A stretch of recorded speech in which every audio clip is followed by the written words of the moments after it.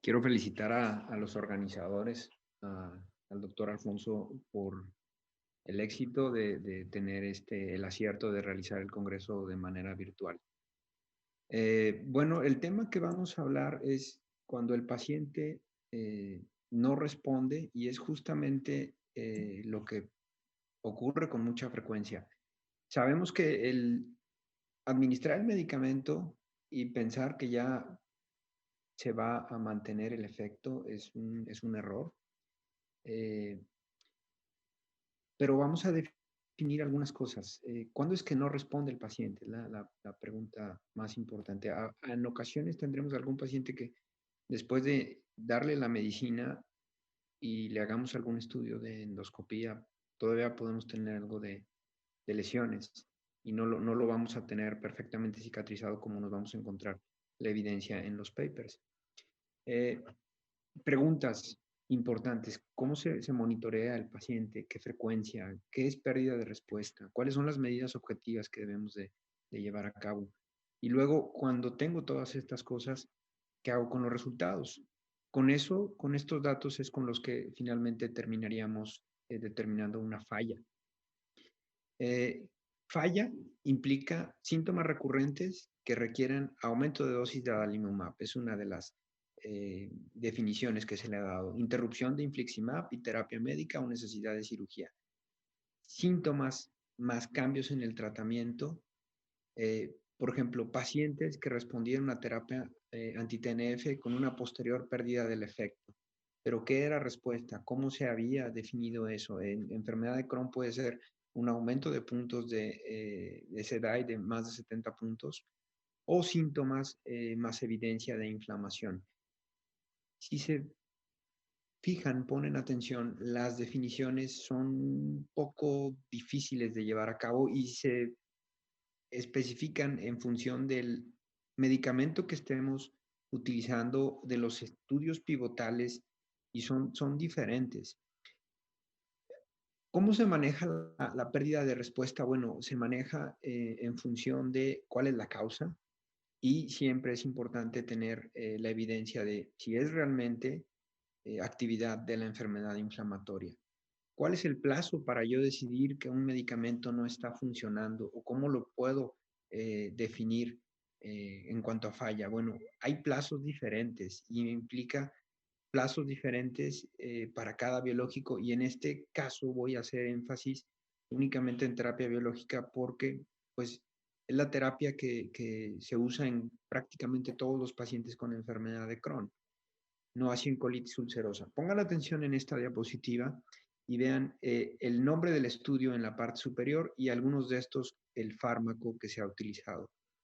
Todos estos con Ns heterogéneas y luego el diseño. También cada uno de los diseños son diferentes, algunos como tratamiento, otro aleatorizado. Y luego vemos la duración de la enfermedad de Crohn de cada uno de los grupos de pacientes que se habían estudiado. Cada uno de ellos tenía una duración en años diferente, por ejemplo, tan heterogéneo como pacientes de menos de un año o pacientes de 10 años de evolución. Y luego, ¿cómo se evalúa por endoscopía? También es diferente en todos los sentidos.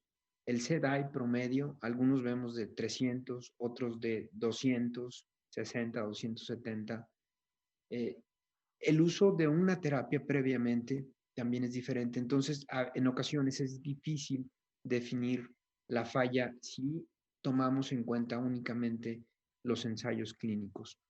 Hay que tener presente a la hora de qué hacer cuando pierde efecto el paciente, pues que una gran cantidad de los pacientes que tenemos en terapia biológica, sobre todo con anti-TNF, perderán el efecto a lo largo del tiempo.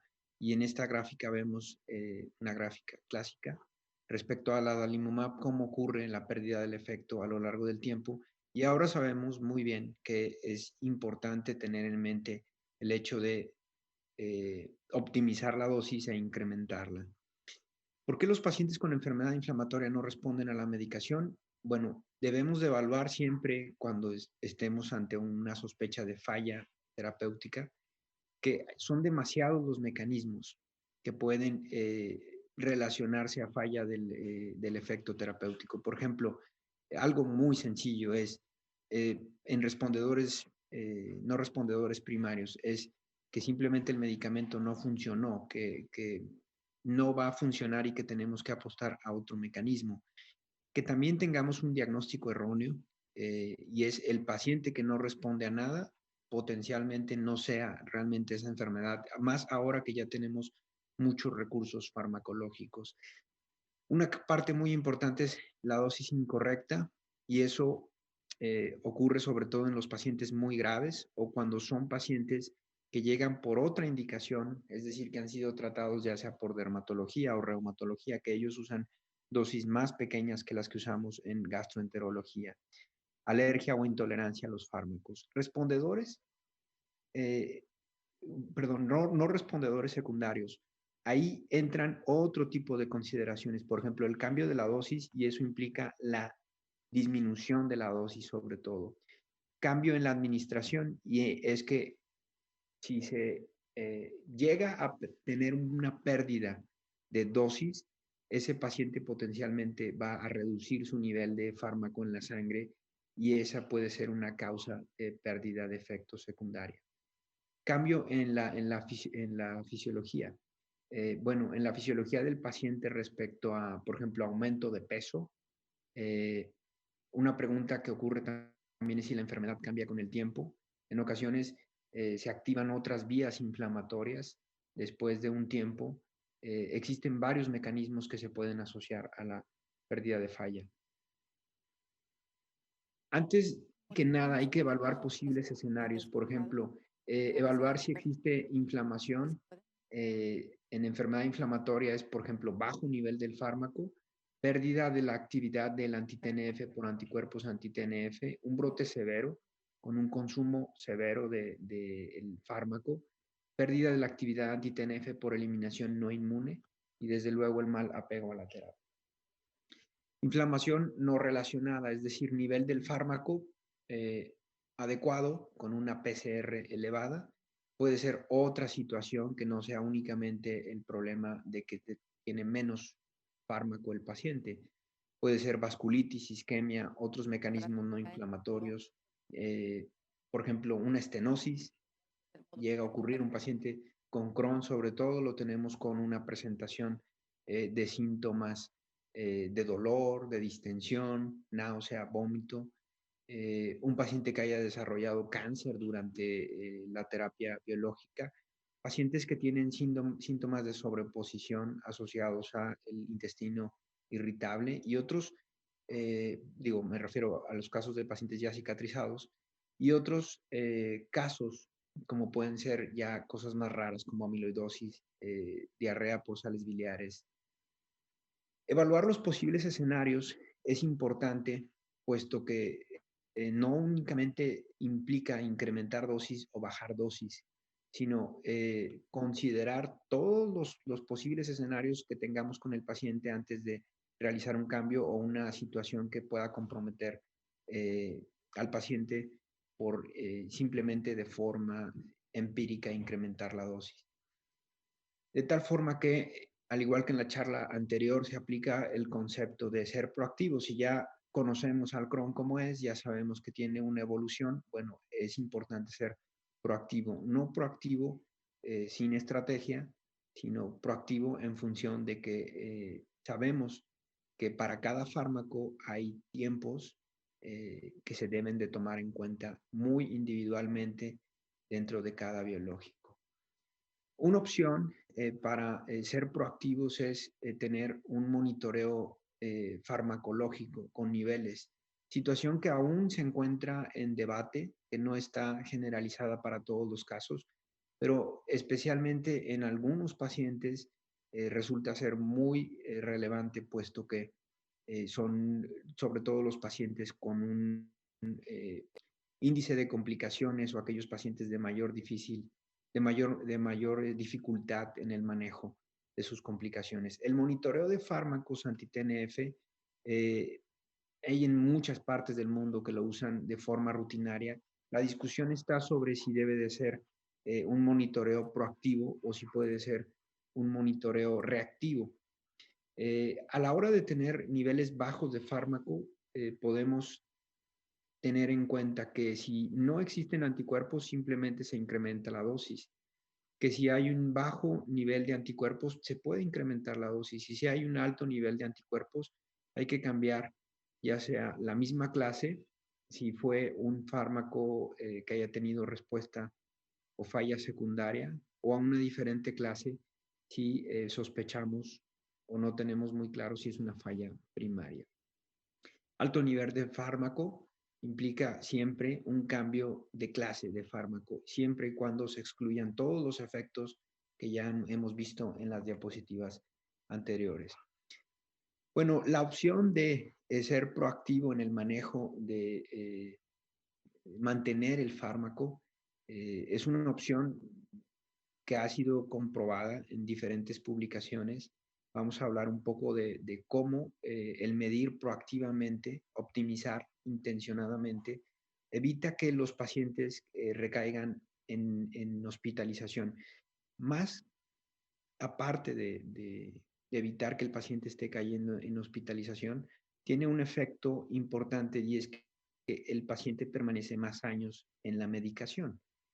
Eh, ¿A qué me refiero con que permanece más años en la medicación? Bueno, si no tenemos que cambiar, quiere decir que ese paciente se mantiene en remisión clínica o en remisión bioquímica. No metemos aquí lo de la parte de la remisión endoscópica, pero son situaciones sumamente importantes mantener al paciente más tiempo fuera de cambio de fármacos. ¿Cómo se realiza la intensificación? Bueno, puede ser a través de los niveles. Hay varios estudios, este es un poco más reciente, en el que se evalúa el incremento de la dosis de forma proactiva, teniendo en cuenta diversos niveles del fármaco, y resulta ser que aquellos pacientes que mantienen más de 3.4 a 4.8 microgramos por mililitro, se mantienen en remisión durante más tiempo, siendo ese el valor meta a tener en cuenta, puesto que esos pacientes que mantienen un buen nivel de fármaco estarán libres de recaídas.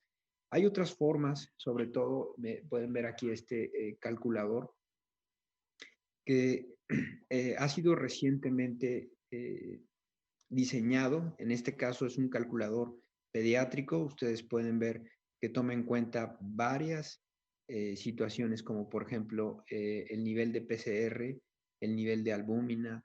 En este caso, como es pediátrico, toma en cuenta clasificaciones pediátricas específicas respecto a la actividad y los niveles de calprotectina, y en función de esto, el calculador estima una dosis para mantener al paciente en remisión.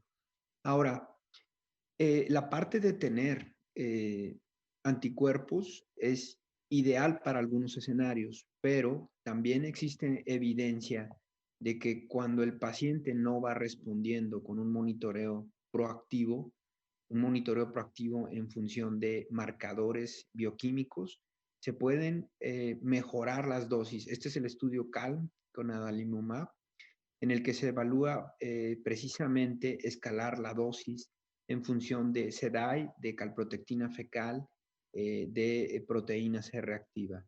Este estudio se divide en manejo clínico, el manejo en el abordaje treat to target, y en función de eso, de estos valores de calprotectina, de proteína C reactiva o del SEDAI, se realizaba la optimización del fármaco. Resulta ser que esto es la evidencia que marca que es mejor el abordaje de treat to target en función de que los pacientes llegaban a tener remisión endoscópica y mejoraban sus niveles de calprotectina, tomando en cuenta el monitoreo proactivo de seguir al paciente con exámenes y no necesariamente con niveles del fármaco. Este es otro estudio. Prácticamente todos los estudios que tienen la evidencia al respecto son estudios con adalimumab. Este es el estudio REACT y evalúa la eficacia de la inmunosupresión combinada temprana en enfermedad de Crohn. sobre el manejo convencional. Era un estudio clínico abierto de prácticas aleatorizadas 1 a 1 para implementar el algoritmo y se evaluaron hasta 60 pacientes por consultas. El REACT es un estudio interesante y es un estudio que finalmente concluye que de la misma forma los pacientes se deben de tratar de forma proactiva. Este es otro estudio, es un estudio para el paciente postquirúrgico. El paciente postquirúrgico sabemos que tiene un riesgo dependiendo del número de úlceras que podamos ver en una clasificación de Rutgers.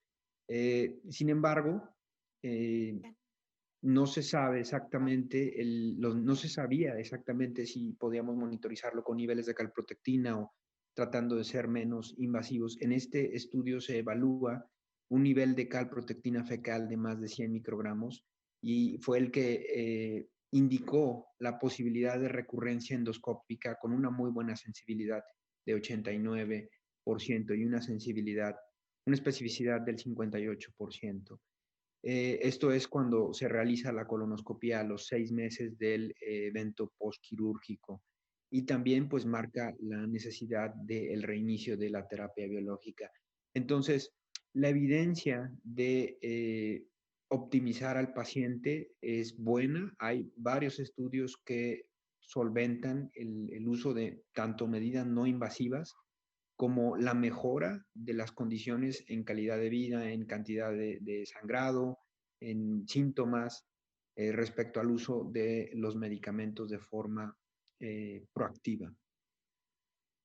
Ahora, una situación muy importante cuando no funcionan los tratamientos es incorporar los nuevos fármacos. En México tenemos disponible el ustekinumab desde el año pasado, hace aproximadamente un año, y es una de las formas de rescatar mayor número de pacientes sin necesidad quirúrgica o incluso los postquirúrgicos, darles la opción de tener otra opción terapéutica cuando ya falló su primera opción. Entonces, ¿qué hacemos cuando los medicamentos no están funcionando?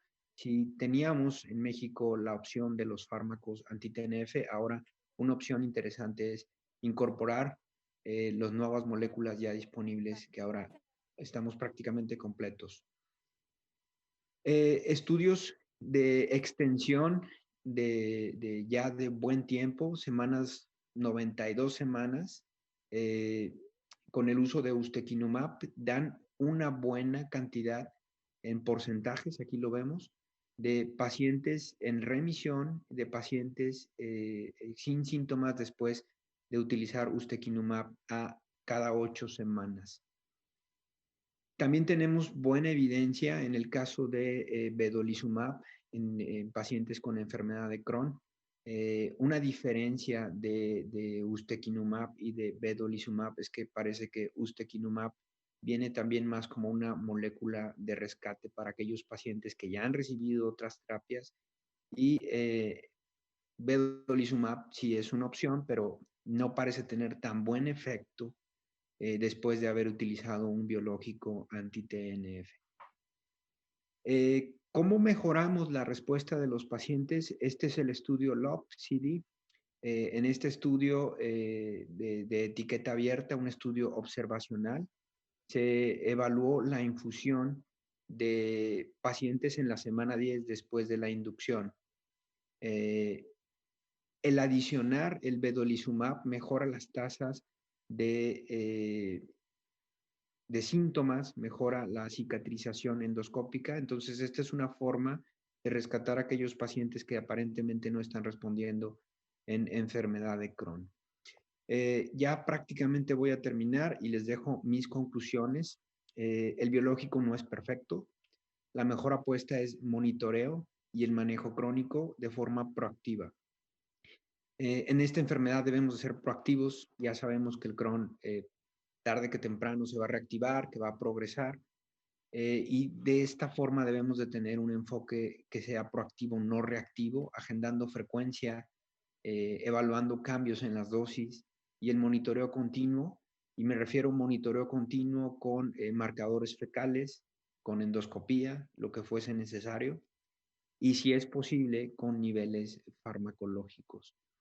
El manejo de la pérdida de la respuesta es complejo, debemos de tener en cuenta no únicamente que es una pérdida del efecto del fármaco, sino que pueden tener otros factores agregados, sobre todo a la hora de pensar en enfermedad de Crohn, incluso lesiones estenosantes, infecciones sobreagregadas, y el manejo terapéutico incluye aumento de la dosis de forma controlada con la buena evidencia que ya tenemos con algunos biológicos.